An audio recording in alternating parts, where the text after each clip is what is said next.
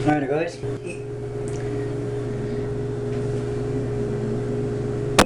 shaking around I gotta do in between, I said I always want to go rumbling. I'm not going to go rumbling as best I can. Oh my god, the shaking around I gotta do in between these recordings. Just want to just put every single set of batteries that I have left, or that I have, taking across 20 pages again, to try to get 4 batteries. That's going to give me enough power to get maybe 1 or 2 more videos in here. Now, the ones I just put in there then, they have 2 blocks coming up in my battery icon, which indicates to me that it was more power, there's more power in, that must be my last set then that I bought, got mixed up somehow. So let's just hope and pray now that that's going to stay like that for a little while, long enough for me to get my second video on here now and continue this on. Very distracting too when I got to kind of cut the conversation sort of midway like that and kind of try to start up again once I begin to get into the flow of things, or try to get into the flow of things. I suppose actually it would probably help me better if I had everything written down as reading reading off a cue card or something, I guess. But look guys, I've said it several times now in a number of my videos, whether it's helping me or working against me or what the heck it may be doing, you are truly getting everything in my videos very, very, very rough and raw. I mean, even to the point I just noticed, I just listened to the last one I just made a few moments ago, and even though I am talking relatively loud here right now, and I'm not sitting too far away from the camcorder either, I noticed it, when I listened to it I noticed it, my voice is not coming through as loudly and as clearly as I would ideally prefer. So, I don't know any easy way around that, guys, other than investing in some kind of a microphone system or something that I can attach to the camcorder and just hold in my hand or clip onto my top or whatever, so the microphone is right next to my mouth, and seeing if I can correct the problem that way. Otherwise, I've noticed that if you listen, and I know most people go online this way anyway, most people surf YouTube with their smartphones. I would say over 90–95% probably do that. I go on YouTube, I go online in general with my laptop in my bedroom in the comfortableness of my room, and not when I'm beating around town, you know, with something glued to me 24/7 and just constantly, you know, like most people do nowadays, just like addicted to it and can't put it down and just constantly referring to it non-stop wherever they're to. I don't do that. I'm not that.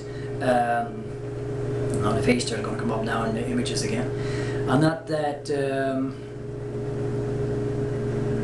addicted or whatever, you know, to this technology. I mean, I'll use it, I'll utilize it, I'll enjoy it to some degree, but I'm not fixated on it 24/7. So, but when I do use my laptop to listen to stuff on YouTube and so on, there I do have headphones on. So, if you listen to these videos with headphones and or earbuds or whatever you use, I should come through relatively loudly and clearly. If you listen to me over the microphone on your device, you may not hear me very well at all. You know, my voice is not coming through the system, you know, whatever, that well.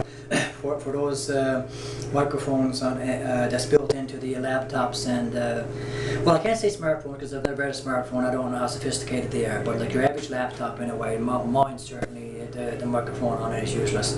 So, you know, so listen to this stuff with headphones on, please, or earbuds or whatever.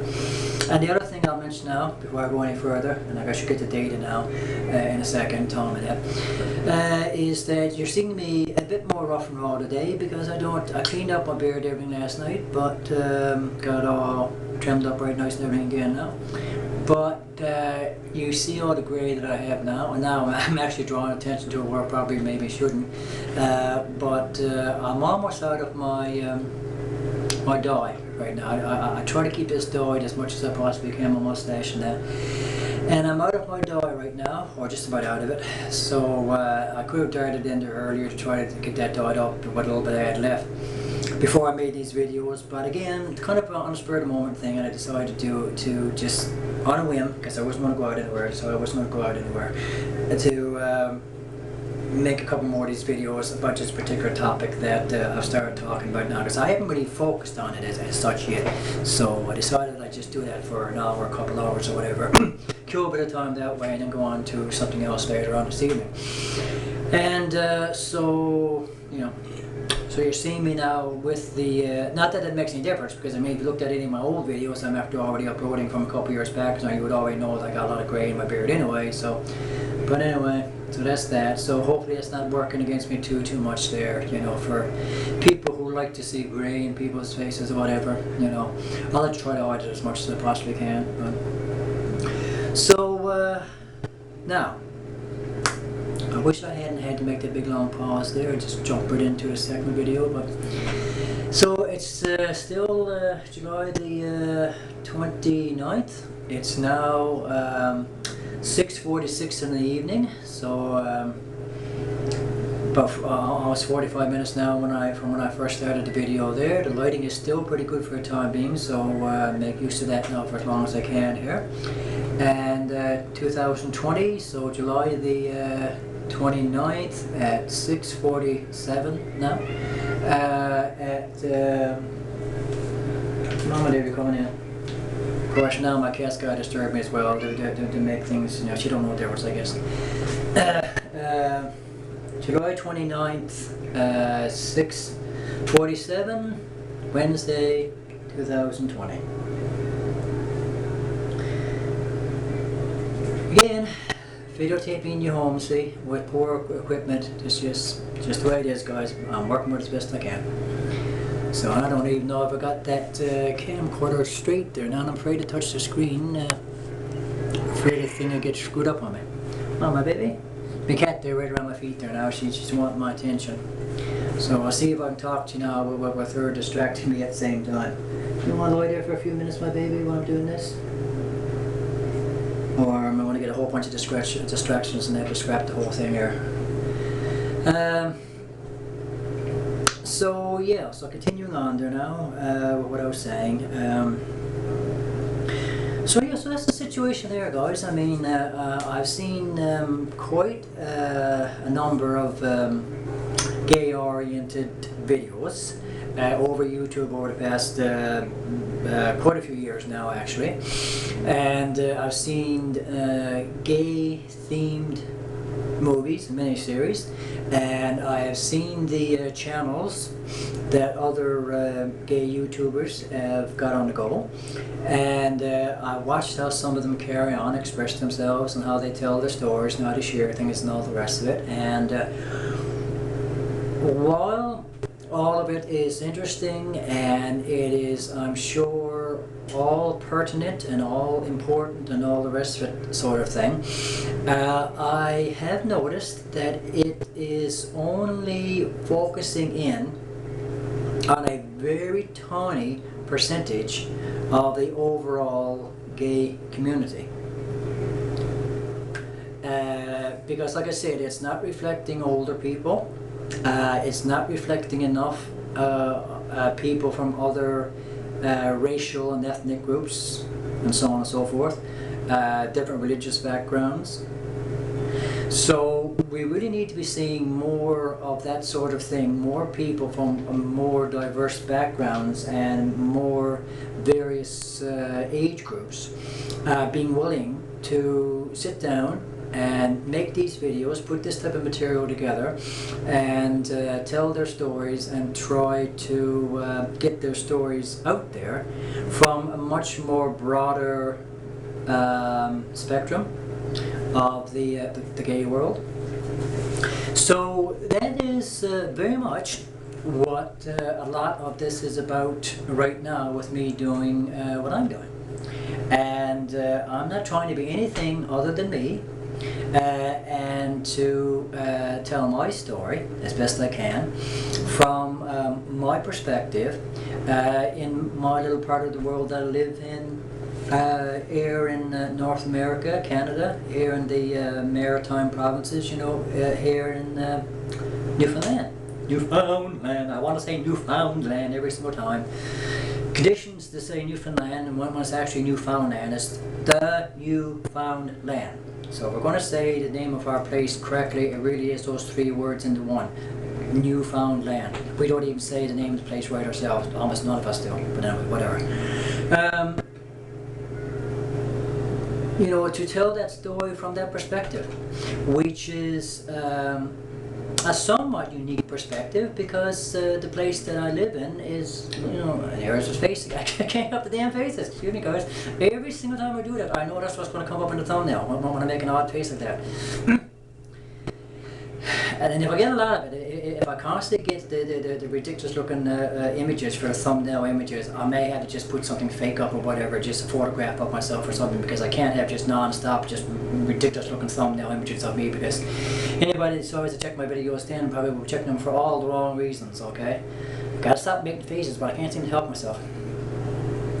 Anyway,